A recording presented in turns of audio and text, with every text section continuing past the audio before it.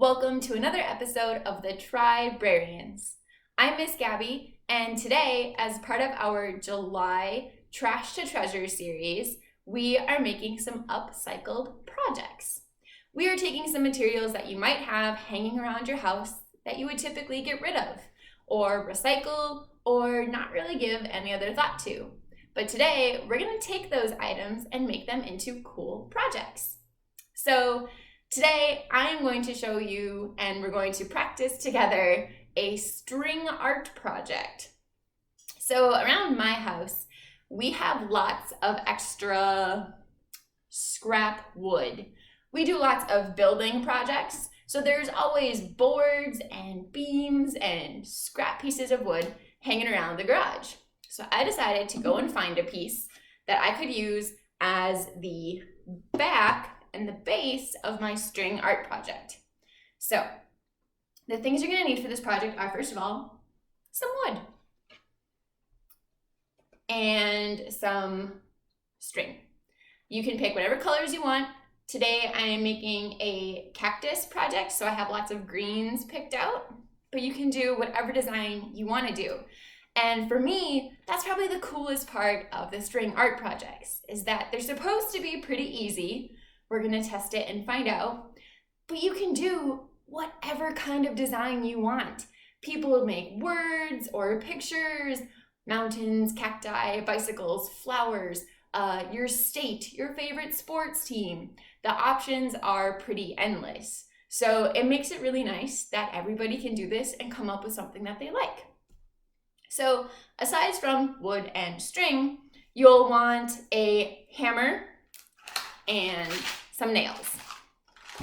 So I also have here some paper, a marker, scissors, and tape. And you can use those if you want to kind of give yourself a template to work with. But if you just want to free it and go for it, that's totally up to you. Let's talk about some things that you can use if you don't have scrap wood around your house. You can use an old cork board, so like a bulletin board, that you might have from your dorm room or from when you were younger, but you don't really use it anymore. You can use that, and you could use some push pins. From some of the digging that I did, if you're using the cork board and push pin method, you won't be able to wind your string as tightly because the cork is just not as sturdy as wood, so it gives a little bit. So you have options if wood is not one of the trash items in your house. But let's get started with making some string art. So the first thing I'm going to do is draw myself a template of the images that I want to eventually design out of string on my board. And for me, that's going to be some little cactus plants. So I have a placemat here that I'm going to put on my table, and that is to protect my table from the board. And now I'm not going to draw on the board itself. That's what my paper here is for. But I'm going to show you. I want to kind of lay out the pieces on my board so that I know I have them to be the right size. So let's do that.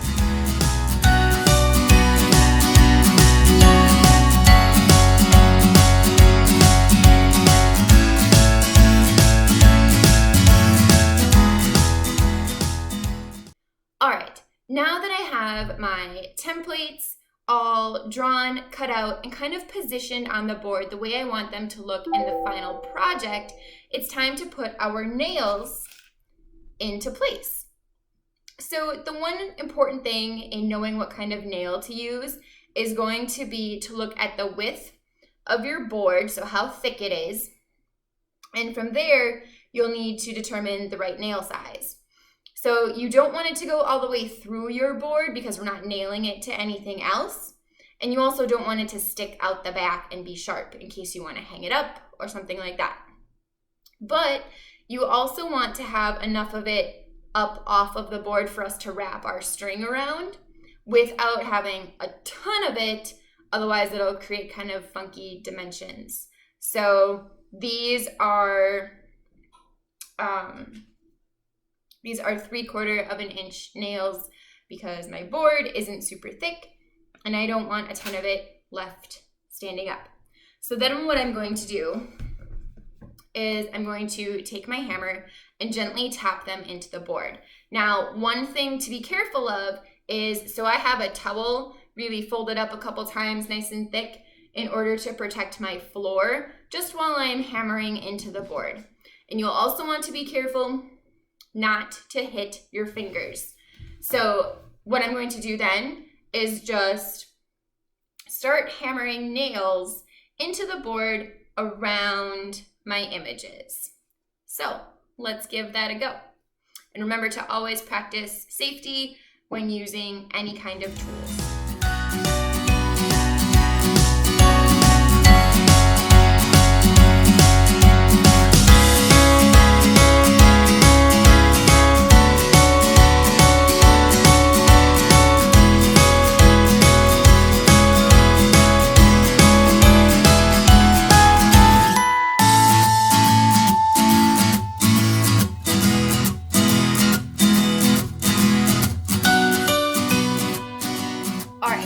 So I've finished putting all of the nails into the board following the pattern that I had taped onto my piece of wood.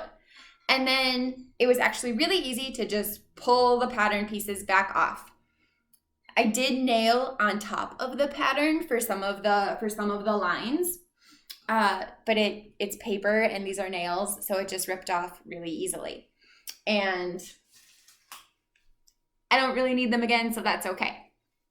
So now it's time to start winding the string in between and across and all through the nails in order to fill in my images. So this is kind of the coloring part of the project. So let's give that a try. All right, so what I have here for my string is just some embroidery floss, because that's what I have on hand because I do embroidery projects anyway.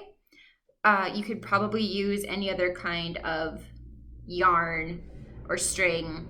You probably don't want it to be too thin because then you'd have to use a lot of string in order to see the colors show up. So, but what I'm gonna do is not get it stuck before I start. I'm going to pick this nail down here to start with, and I'm going to just wrap it around the head of this nail and tie it in a knot. Maybe 2 so that I know it's nice and tight.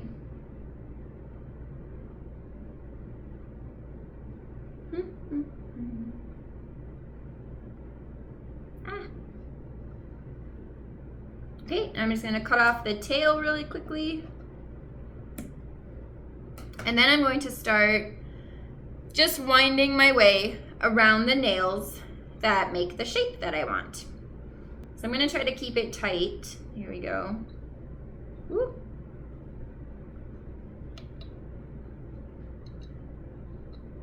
So I'm gonna give myself an outline to work with first so that I don't lose track of which nails kind of belong to which shape. And I'm noticing that you have to pull pretty tightly in between so that it doesn't kind of slip off the previous needle or previous nail.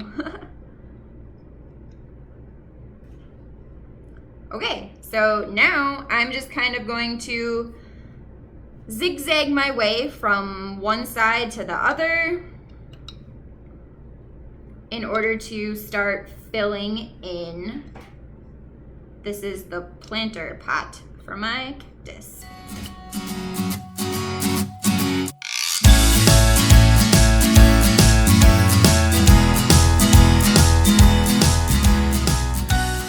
So all I did was keep zigzagging in between the nails that make up the outline until I'm satisfied with how filled in it looks. If you want it to be a pretty solid colored weave, you would just keep going back and forth, and maybe you would have more nails. There'd be more of them and tighter together, so to create a closer knit weave pattern. But I'm gonna move on and do that for the next one.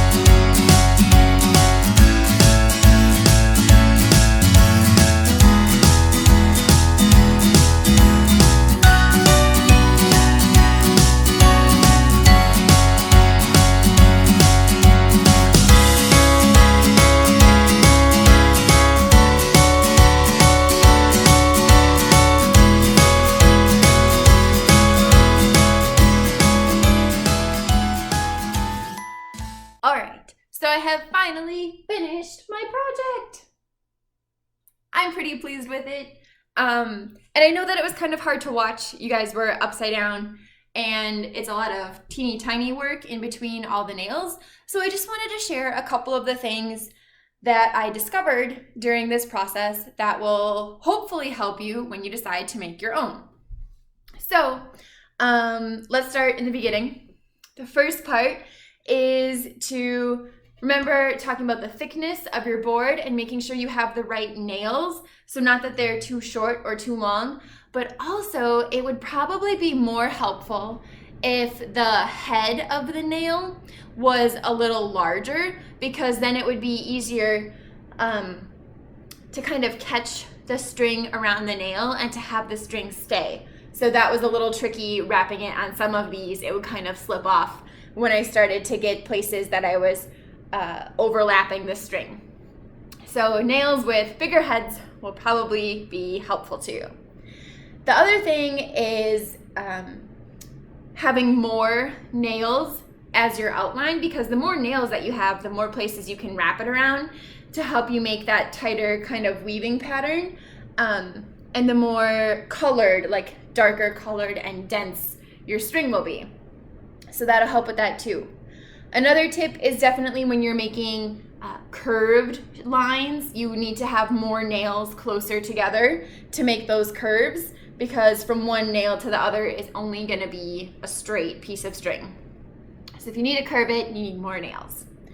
And also making sure, so when you're hammering, I would definitely work in the opposite direction of the hand you hammer with. So for example, I was mostly holding the nail still with my right hand and hammering with my left because I'm left-handed. So it was easier for me to work this way across the board, right? Just like when you're painting or writing, you don't want to drag your writing hand into what you've just done. I didn't want to have to rest the hand holding the nails on top of other nails, because that made it kind of tricky. So kind of figuring out how to work in that direction so it's easy to hold the nail, hammer the nail, all that good stuff as easily as possible. But it was pretty fun. It took a little longer than I expected. It was kind of a tedious, to wrap around over and over again, but it was also one of those where you could just kind of get into a good rhythm of it, and I really enjoyed it. So this was a fun, pretty easy, but the possibilities are just so endless that it could be as simple or complicated as you want it to be. But I really enjoyed this upcycling project with a piece of wood that we probably just would have used as a campfire, anyway. And some of my embroidery floss that I have so much of that, I don't need to use all of it for projects. So it was cool to figure out new things to do with it. So I hope you enjoyed this episode of Trash to Treasure with wooden string art on the Brarians.